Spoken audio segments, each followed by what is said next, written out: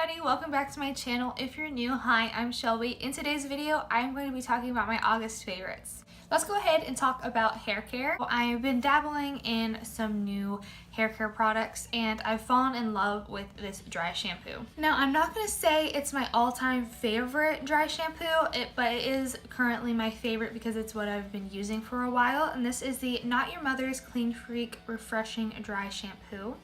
It does leave a white cast when you spray it into your hair, but when I use dry shampoo, I spray it in my hair at night and let it absorb the oils while I'm sleeping. It does claim that it leaves no residue. I'm really excited that this product worked for me because I did get it in my Play by Sephora bag, whatever comes in a box and you get a bag of it.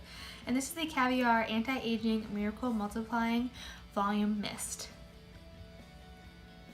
Here's what it looks like. I'm sorry, I just get a kick out of brands when they name a product so extravagantly. 6 words to explain this. Can't you just say it's a volumizing mist? 'Cause that's what it is, and you can just put below that it's anti-aging. Next thing we are moving on to is skincare, and I absolutely love skincare because when you have a good skin day, you're having a good makeup day. And this product, I have noticed since I've started using it, I've had less breakouts and my skin just feels better. So I like to use this product in the morning or after a workout. This is the Meijer Micellar Cleansing Water.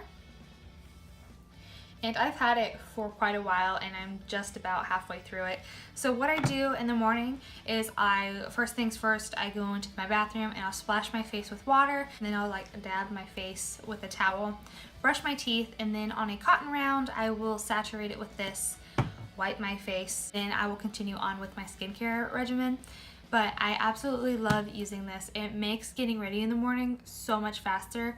Plus, I'm not overwashing my face. I found that when I was washing my face at night, waking up after sleeping and washing my face again, I was just having so many breakouts. And I'm like, maybe I'm just overwashing my face. Maybe I just need a more gentle cleanser for the morning. I'm like, all right, I'm gonna try this micellar water out. I did use micellar water years ago when it first came out, and it was just everybody was talking about it and using it. I used it as a last step to my makeup removal, and it's just crazy to see the junk you can wipe off your face even though all you did was sleep. The last skincare product that I want to talk about is the Rock Retinol Correction Deep Wrinkle Serum. Before anybody critiques me, I'm only 20 years old, and you can critique me if you want, saying, girl, you're too young to be using retinol, whatever. I only use this product at night because it does have retinol. Retinol can dry you out and cause acne. What I'm trying to do is preserve my skin. I don't want to age quickly, so I take the precautions needed to reserve my skin and protect my skin so I don't go out in the sun very often. I use my SPF. Once again, like I said, I only use it at night and I use a different serum in the morning, but I just haven't found a serum that I absolutely love for the morning. If you have any recommendations for an eye cream, I would love to know, so please leave it down in the comment section because my under eyes are probably where I get the most self-conscious. So I want to try to prevent some eye bags and some wrinkles without surgery. I just feel like my skin is tighter and firmer, but in a good way. Not tight and firm, drying. It just feels okay, we're taking care of it. Don't worry, we're trying to not age. That's how it makes me feel. It doesn't feel tight to the point where I feel dry. But like I said, if you use something that has retinol in it, unless it's prescribed from your doctor or whatever, I don't really recommend using a retinol day and night because retinol can do some damage. But if it is a high dose, I'm sure retinol that you can get from the drugstore can't do too much damage, but I'm just throwing it out there unless you are prescribed retinol, like Retin-A and stuff like that. But I'm not a dermatologist, I'm just an esthetician. I'm just spewing stuff that I learned when I was in beauty school. Moving on to what makes me happy, makeup. First thing I'm going to talk about is a brush. It is in French, so I don't really know how to pronounce it, but I think it's Beau Gâchis. I don't know. It literally is the most simple brush ever. It's just a tiny defined brush, but I like to use this to clean my eyebrows up. So I'll put concealer on the back of my hand and I'll go in and I will just really precisely clean up the edges of my brows. I just really enjoy using this to clean up my brows because I am trying to grow them out. So I use the concealer to kind of conceal some hairs that are growing in or give my brows a nice shape, because I've been dabbling in trying to get decent brows because I've never had very good brows. If you watch any of my old videos, please don't. They were scary. I had sperm brows and I don't know, they were just bad.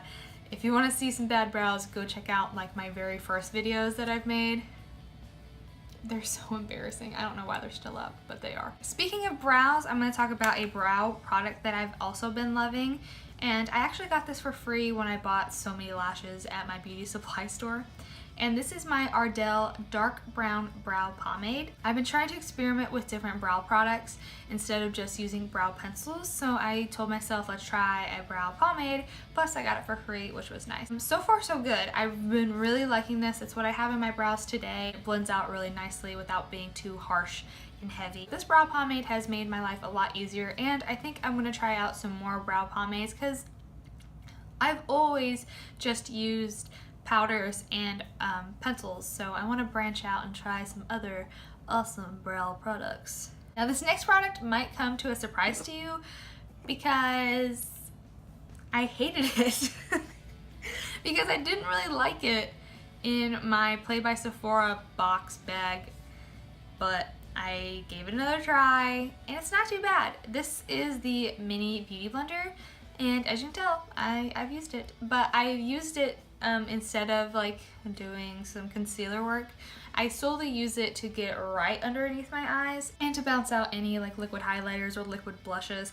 I jumped the gun saying I didn't really like it, but I didn't really give it a fair shot. But once again, that's why it was a first impressions video, because that was my first impressions. So I kept playing around with it and I really do like it for liquid highlight. So I guess you're worth it. Another product that I got in my Play by Sephora box bag, but is the Hourglass Vanish Stick Foundation. I cannot say any other good things about this foundation. It's so lightweight that it doesn't feel like I'm wearing any foundation at all. It's wonderful, it's beautiful, and it's in the running to be the foundation that I wear for my wedding because this shit's bomb. I'm definitely gonna buy a full size of it. Next product, I've had this product for quite a while. I'll be honest, I didn't really like it when I first got it. I just felt like it was weird. I didn't like the smell, I didn't like the texture. The Laura Mercier Secret Brightening Powder for the under eyes. It's a tiny one. And I think what I didn't like about it, it's so messy. I think it will give you flashback if you use a heavy hand of it, because it does give off like that white cast. It gives like a weird feel to the under eyes, like kind of a drying feel, but I go in with the smallest amount. So I'm wearing it today and you can't really tell that my eyes are like super bright, but it does the job on setting my under eyes without any problems. I took it on my e.l.f. tapered brush. I would just pat the tiniest amount underneath my eyes. Once again, this is another product that I didn't really like, and I tried it out again because I saw it in my drawers and I was like, all right, let's try this again, and I loved it. So I'm glad because I hate when I buy something and I have high hopes for it and then it's just a dud, because I mean, you spend your money on products, you want it to work, you know? So I'm glad it finally worked out. Maybe when I first got it, my skin was just a little different and just not having it. So I'm glad it's finally working out. The next makeup item is the Soap & Glory Thick and Fast Mascara. This shit is bomb! Sorry for the cussing. Just when I start talking about makeup, I just get hype. I love this mascara so much. It just makes applying mascara so easily. I don't even have to do zigzag motions. Probably why it's called Thick and Fast. It separates, it thickens, it volumizes. It's the whole 9 yards. I love this mascara so much. The next product that I have is a lipstick, and this is the NARS Audacious lipstick in the shade Angela. Oh my god, oh my god. Oh, it's just like such a pretty pinky, purple, violet, lilac, orchid color. It's all the above. It's wonderful. It's a cream finish. It doesn't last a super long time, but when it does wear off, it stains my lips. So it is nice, and it wears off pretty evenly, so it doesn't look like I have a ring around my lips. And the best part about the packaging is that it's magnetic. I could do this all day. All right, next product. These two products kind of go hand in hand, but the first one is the Too Faced Glitter Glue. This is bomb as well when I'm applying loose glitter or when I'm applying the Stila Magnificent Metals liquid eyeshadows. This is a primer, it's good. I recommend it. I just had to throw it in there because I've been using it a lot lately when I'm using any type of glitters, so it's bomb. But talking about the Stila Magnificent Metals liquid eyeshadows, I have the shade Kitten Karma. When I saw it in the store, I screamed like a little girl because it is the accent color that I'm gonna have in my wedding. Oh my gosh. It's just such a pretty rose gold color, and then when it dries down, it has like silver glitter in it. It's what I have on my lids today, and the rest of my eyeshadow is actually the Lorac Pro Palette 3. Now there is a downfall to this palette. The fallout is kind of ridiculous. Let me show you what I mean, and I'll show you what color like literally drove me nuts. And I'm gonna go into the shade Terracotta. I'm literally 1, 2. That's a lot. I'll be honest, when I'm using it, I will go back into the fallout powder and put it on my eyes. It just is messy, but I don't know if it is messy and I just notice it more because the packaging is lighter or what. But compared to my Lorac Pro palette, the first one, I don't notice that much fallout, but with this one, I just notice a lot more. So here's me tapping off those two colors. That's a shit ton, okay? Like, more than what I would like it to be. That is literally the only downfall of this palette. I find myself when I'm using this palette that some of the fallout will mix in with the other shadows, and that drives me nuts. That might not be a big issue with everybody, but with me that's kind of just annoying, but I can get over it because this palette is so good. I know you're probably like, girl, you're bashing this palette so much. Why is it in your favorites? Because the colors are so pretty, so pigmented, and so blendable. I mean, I'll go into that terracotta color that was making a mess. Little one too. Buckle my shoe. It's so pigmented. Maybe I just got a bad batch or whatever, but like, look at that. I touched it with my finger and it reacted like that. So that's the only downfall to this palette, but other than that, it's beautiful. I'm comparing it to the first one because I've had the Lorac Pro palette, the original first one, the black one. I've had multiple palettes of the first one and they've all been really consistent. My next video will probably be a tutorial using this, and I talk a little bit about the fallout in that one, but I love this palette. I just wish the fallout wasn't so significant. And like I said, I could just be noticing it a little more because the packaging is lighter, and I don't know. But then again, the first Lorac Pro palette is black and you see everything on this. But I don't notice that the fallout is as crazy. Sable right here. Okay, really pigmented.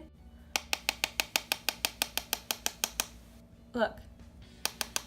It's not as much fallout. And in my mind, I'm thinking the Lorac Pro palette, the third, it's newer. You would think that maybe the formula would be better, but it just doesn't beat this.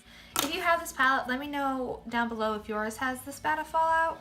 But like, I love the colors. Like literally that's the only downfall. And I hate bashing it because I love the palette. But I will eventually buy the second one and compare the formulas to that. Hopefully it's the formula closer to the first one. But once again, fallout doesn't bug me a lot because I can just go in to the fallout and use the fallout to apply to my lid instead of dipping back into the pan so that I don't waste it. But fallout, when it gets messy and it gets mixed in with other shades, it can be annoying. Alright guys, that has been my August favorites. I really hope you enjoy it. Let me know your favorites down in the comment section below. Make sure you like this video and subscribe to my channel and hit the notification bell so that you don't miss out on any of my videos. Make sure you check out my other social media. I'll leave it linked down in the description box below along with all the products that I mentioned. And until then, I will see you guys in the next video. Bye.